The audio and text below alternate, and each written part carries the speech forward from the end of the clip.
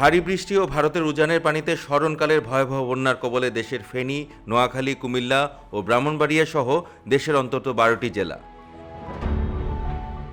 এমন পরিস্থিতিতে চাকরি জাতীয়করণের দাবিতে গত কয়েকদিন ধরে আনসার ও গ্রাম প্রতিরক্ষা বাহিনীর সদস্যরা আন্দোলন করছিলেন। এই আন্দোলনের ধারাবাহিকতায় রোববার সচিবালয়ে প্রবেশ করে সারাদিন সকল কর্মকর্তা কর্মচারীদের অবরুদ্ধ করে রাখেন তারা। এক পর্যায়ে বৈষম্য বিরোধী ছাত্র আন্দোলনের নেতাকর্মীদের উপরেও হামলা করেন আনসার বাহিনীর সদস্যরা।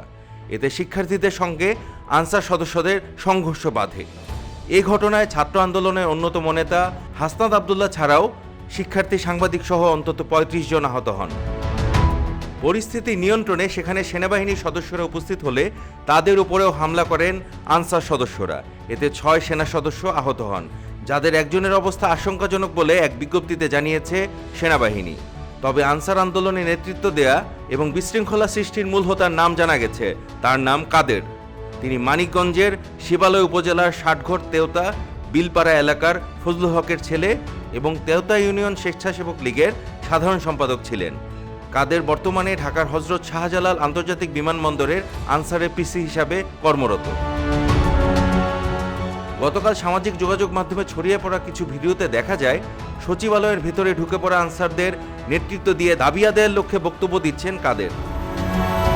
সচিবালয়ের ভিতরে বক্তব্য দেয়া ওই ব্যক্তি যে আনসার সদস্য কাদের, সেটি স্থানীয় ইউপি সদস্য দেলোয়ার হোসেন নিশ্চিত করেছেন।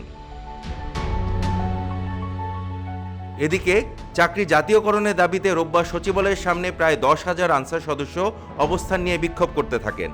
এক পর্যায়ে তারা সচিবালয় ঘেরাও করে অন্তর্বর্তীকালীন সরকারের 7 জন উপদেষ্টা সহ সচিবালয়ের অন্যান্য ঊর্ধ্বতন কর্মকর্তাদের অবরুদ্ধ করে রাখেন।